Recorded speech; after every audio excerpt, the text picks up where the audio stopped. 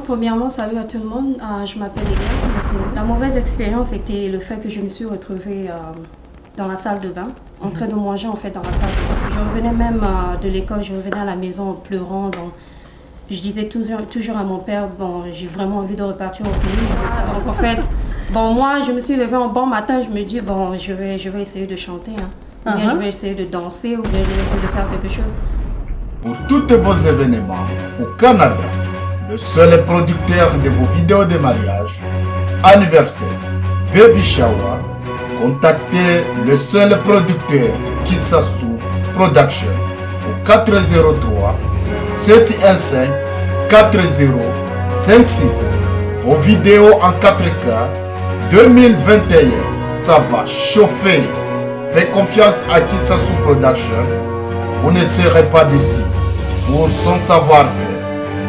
Merci. Et encore à notre programme CITV et notre programme d'intégration, comme j'avais promis que je ne ferai pas cette émission seule, j'aurai tout le temps des invités. Aujourd'hui, j'ai une invitée spéciale, son nom c'est Elia. Alors, il va nous parler aussi de son expérience et ce qu'il a rencontré lors d'intégration et à jeune âge, si je peux dire ça comme ça. En tout cas, bonjour Elia. Bonjour. Comment ça va? Ça va très bien. Et c'était beau aujourd'hui, la journée était chaud, froid, c'était bien. Il fait très froid dehors en fait. Moins, je sais pas, moins 15 degrés ou quelque chose comme ça, mais sinon oui. Ok. La journée était très bien. Ok. Moi, je voulais juste savoir, les sujets que je développe souvent, c'est les sujets de l'intégration. Et qu'est-ce qui se passe quand les gens arrivent au Canada? Qu'est-ce qu'il faut? Et comment les gens s'intègrent? Comment les gens s'en sortent dans des situations faciles, heureuses et difficiles, des discriminations. Donc tout ça, c'est des choses que nous allons développer. Je suis vraiment très heureuse de vous parler et vous êtes le premier invité sur ces CITV. Et notre programme, on favorise vraiment que les gens parlent et éduquent les autres par rapport à leur intégration ici au Canada. Nous avons des difficultés, mais nous avons aussi appris beaucoup et nous sommes heureuses. C'est pourquoi nous sommes là aujourd'hui. Donc, j'aimerais que vous parlez de votre parcours et qui vous êtes, que les gens vous connaissent au moins. D'accord. Premièrement, salut à tout le monde. Je m'appelle Elia Massengo. En fait, quand j'ai quitté le pays, bon, je suis brazzavilloise en fait. Je suis du Congo-Brazzaville. Quand j'ai quitté le pays, j'avais, je crois, 12 ans ou 13 ans. Je suis arrivée à un jeune âge. Bon, c'était pas facile du tout. Venir au Canada, tu es encore jeune, tu connais personne. En fait, tu connais pas la culture, tu n'es pas encore intégré en fait. Donc, j'ai vécu des expériences c'était vraiment difficile en fait. Il y avait des moments où ça allait bien, il y avait des moments où ça n'allait pas du tout. Donc, je revenais même de l'école, je revenais à la maison en pleurant. Donc, je disais toujours à mon père, bon, j'ai vraiment envie de repartir au pays, je veux pas vivre ici, je n'aime pas en fait.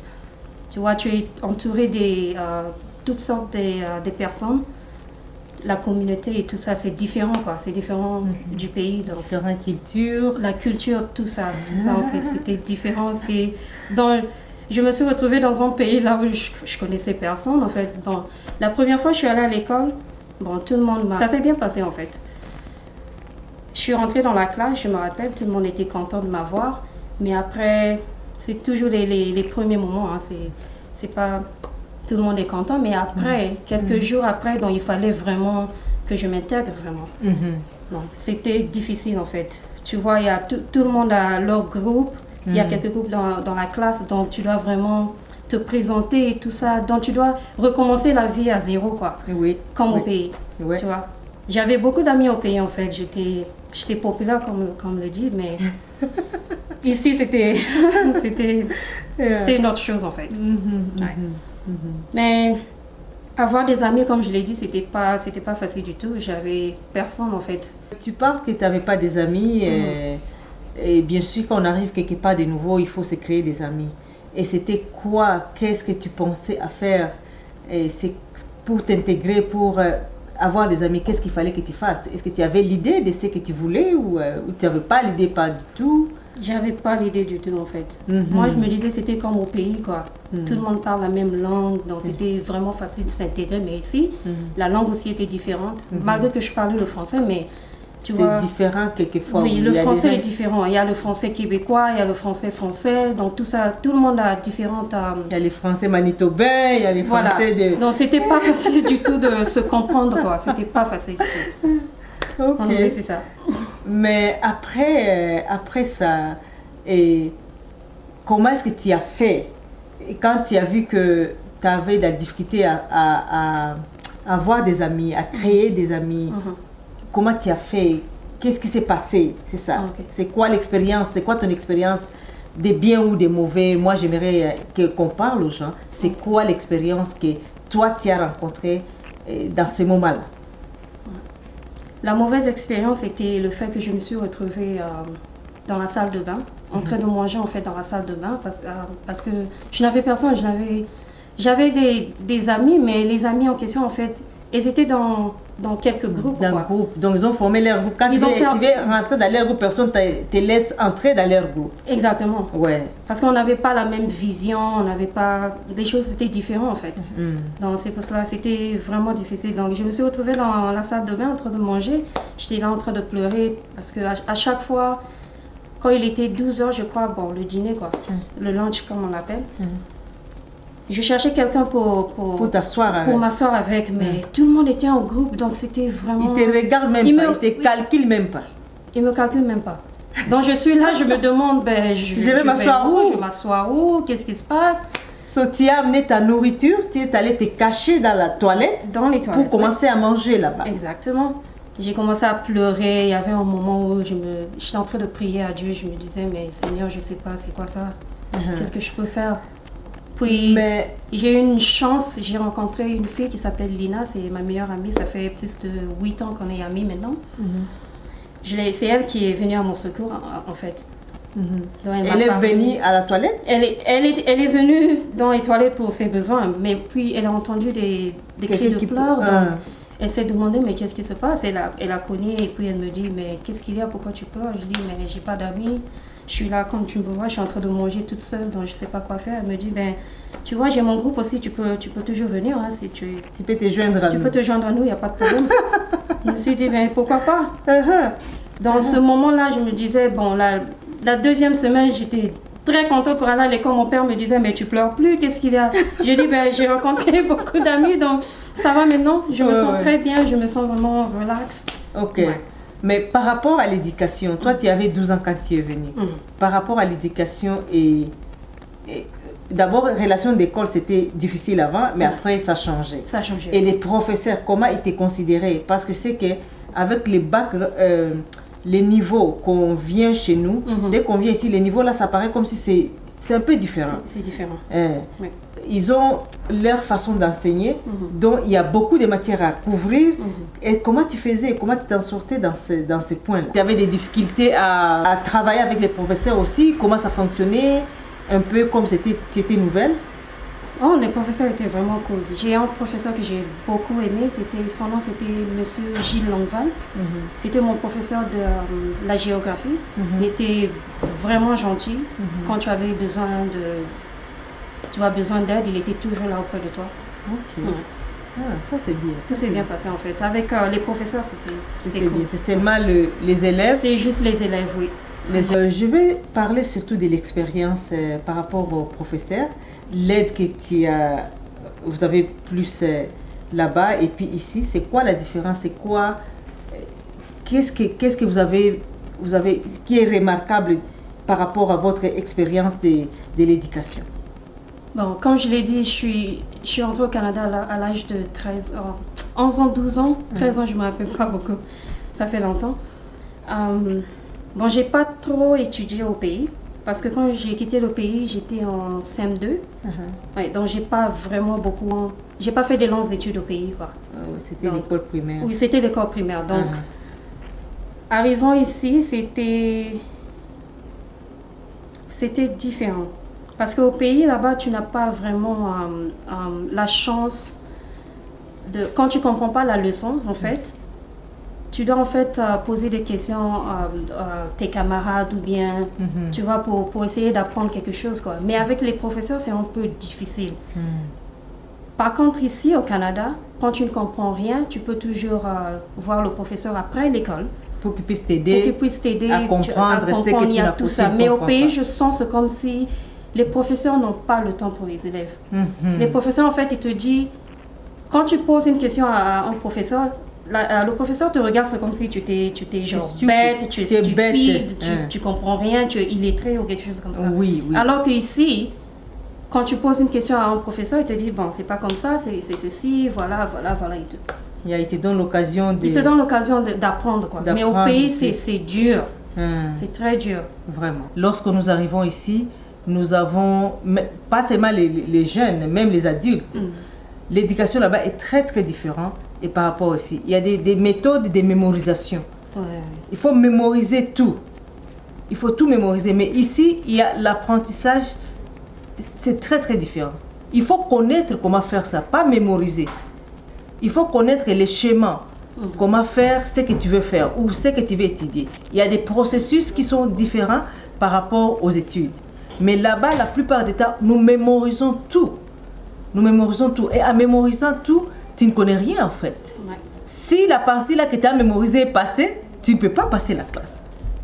C'est ça la différence, qui est très difficile et ça nous affecte ici dans l'intégration. Quand tu arrives ici, tu étudies, on te donne des pages à lire. Il faut comprendre les concepts de ce qu'on te dit. Il ne faut pas mémoriser tous les livres.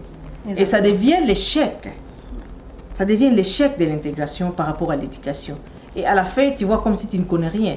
Et les jeunes enfants, ils deviennent complexés.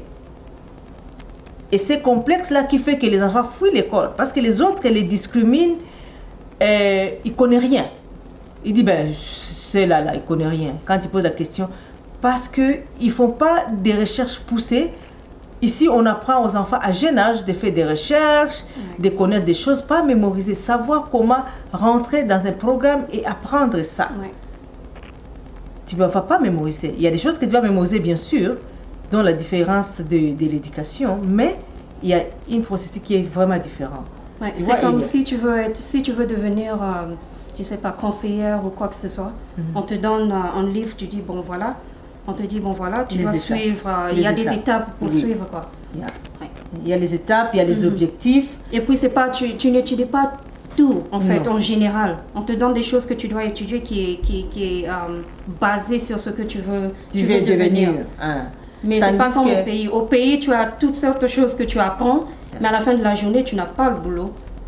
Tu es en galère et tout. Et puis, il y a autre chose que j'ai remarqué là-bas, que tu vas à l'école. Je me rappelle, on faisait l'examen d'État. On te donne, tu dois connaître, tu dois mémoriser tous les pays du monde. Donc tu vas mémoriser le Canada, le froid du Canada, tu vas mémoriser les cultures du Canada. Donc les cultures, et quand ça arrive à l'examen d'État, tu n'as pas tout mémorisé, tu ne connais pas les Canadiens, tu ne connais pas les Français. Tu vas mettre la guerre mondiale, tu vas mémoriser des choses, ça n'a rien à voir par rapport à ton éducation, ça va t'amener nulle part. Je crois que dans les conseils d'éducation, et il y a beaucoup de gens qui retournent, qui font des écoles et autres. Ils doivent tenir compte de l'éducation, les modèles d'éducation d'ici au Canada. Et puis après, à part ça, est-ce que tes parents t'aidaient à faire aussi les devoirs à la maison? Oui, bien sûr. Oui, ils t'aidaient beaucoup à faire les devoirs à la maison. Alors ça t'a aidé aussi à être à la page, si on peut dire ça. J'ai des frères et des sœurs, ils m'aidaient en tout temps. Oui. Je ne suis pas forte en maths, mais en mathématiques en fait, mais ils m'ont beaucoup aidé. Merci beaucoup. Merci. Alors Elia, j'ai posé la question par rapport à l'intégration. Qu'est-ce qui a fait que tu as pu être capable d'avoir des amis à l'école, de t'intégrer comme il faut, de parler anglais d'abord, la langue, parce que je sais que tu parlais français là-bas. Il y avait un blocage de la langue quand tu es venu. Oui. Et puis, qu'est-ce qui a fait que tu sois capable de parler anglais comme il faut et puis d'avoir des amis à l'école, de t'intégrer dans la communauté scolaire? Bon, pour apprendre l'anglais, comme le dit, chaque école a ses cours de rattrapage pour apprendre l'anglais. Donc, j'ai fait tout ça en fait. Il y a des étapes en fait qu'il faut suivre. Donc, j'ai suivi toutes ces étapes-là. Bon, un programme spécial qu'on appelle ESL Programme, c'est pour les nouveaux venus au Canada. Donc, tu dois toujours commencer à la première étape et puis ainsi de suite. Mm-hmm. Ouais. Donc maintenant, mon anglais est plus élevé que mon français. Ah ouais, c'est ça, parce que on ne parle plus français. On ne parle plus le français en fait. Ça fait qu'on est obligé de parler anglais. Ouais. Et malheureusement, nous sommes venus ici en fait pour apprendre l'anglais. Pour apprendre l'anglais, il faut parler en anglais pour être à la page avec les autres. Exactement. Et autre chose que tu as fait, qui a fait que tu puisses avoir des amis à l'école, j'ai dit pour t'intégrer dans la communauté scolaire, qu'est-ce que tu as fait? C'est quoi? Tu as utilisé un talent? Qu'est-ce que tu as fait pour que tu puisses être à mesure de t'intégrer et que les gens te connaissent, des choses comme ça? Comme je l'ai dit au début, c'était vraiment difficile de s'intégrer. Mais après avoir rencontré Lina, bon, il y avait tout le temps des spectacles à l'école. Donc, il y avait comme on appelle, des talent shows. Donc, il fallait découvrir qui était bon à quoi. Donc, en fait, bon, moi, je me suis levée un bon matin, je me dis, bon, je vais essayer de chanter. Ou bien je vais essayer de danser, ou bien je vais essayer de faire quelque chose. Il fallait que je montre mes talents en fait. Il fallait que je fasse sortir mes talents. Donc je me suis dit un jour je vais chanter. Bon, je suis allée voir mon professeur de musique, je lui ai dit bon monsieur je veux chanter. Il me regarde et dit tu veux chanter? Oh là là mais c'est beau, on va le faire, il n'y a pas de problème, on va le faire. Donc je suis arrivée sur le podium en fait, devant il y avait je sais pas 300 élèves, je sais pas professeurs et tout ça. C'était pas facile du tout. Donc, je suis arrivée, j'ai pris le micro, bon, I froze. Tu as gelé, hein? J'étais gelée, je savais pas quoi faire. Je me suis dit, bon, aujourd'hui, c'est aujourd'hui, je dois le faire. J'ai commencé à chanter. Depuis le jour-là, tout le monde a commencé à m'aimer. Donc, je me suis fait plus encore d'amis. Donc, c'était encore plus facile. Ok, mais qu'est-ce que tu diras aux jeunes de ton âge? Parce qu'il y a beaucoup de jeunes qui ne savent pas comment s'en sortir, ils sont timides, deviennent timides, parce qu'ils ont peur de faire des erreurs. Or, dans la vie, il faut qu'on fasse des erreurs pour mieux apprendre. Oui. Et qu'est-ce que tu vas dire aux jeunes qui s'accrochent plutôt à se cacher, et en se cachant, ils vont trouver des mauvais amis qui vont l'induire dans des erreurs, dans beaucoup de choses. On va parler de ça prochainement, mais aujourd'hui, on va se limiter par là en disant que qu'est-ce que tu vas conseiller à ces jeunes-là qui veulent s'intégrer? Qu'est-ce qu'il faut qu'ils utilisent pour s'intégrer dans la communauté ici au Canada, là où ils sont? Ça peut être français comme anglais. D'accord. Premièrement, je suis très timide, mais moi, je suis quelqu'un, quand je veux quelque chose, je me bats pour l'avoir. Malgré, si je dois beaucoup parler ou je ne sais pas quoi faire, je vais le faire pour obtenir ce que je veux. Ça, c'est un bon tactique, c'est un bon méthode. Premièrement, il faut avoir... travailler fort. Il faut avoir confiance en toi et utilise tes talents. Parce que c'est ça qui m'a sauvée. Si tu chantes bien, ben vas-y. Vas-y, si tu danses bien, danse. Si tu joues au ballon, si tu joues au basket, si tu joues au quoi, rentre là-dedans. Oui, fais tout ce que tu as à faire, en fait. En tout cas, merci beaucoup Elia. Ça m'a fait plaisir de te recevoir sur mon plateau de CITV. J'aimerais encore vous rencontrer une autre fois si vous avez le temps et puis s'il y a une chance. Et je vais toujours continuer à parler aux jeunes, à parler aux mamans. Et puis, qu'est-ce qu'il faut faire? Comment est-ce qu'on va faire pour développer notre anglais encore? On ne va pas oublier les Français parce que nous sommes francophones, mais nous avons aussi besoin, professionnellement, de parler en anglais. Donc, prochainement, on va faire l'émission en anglais.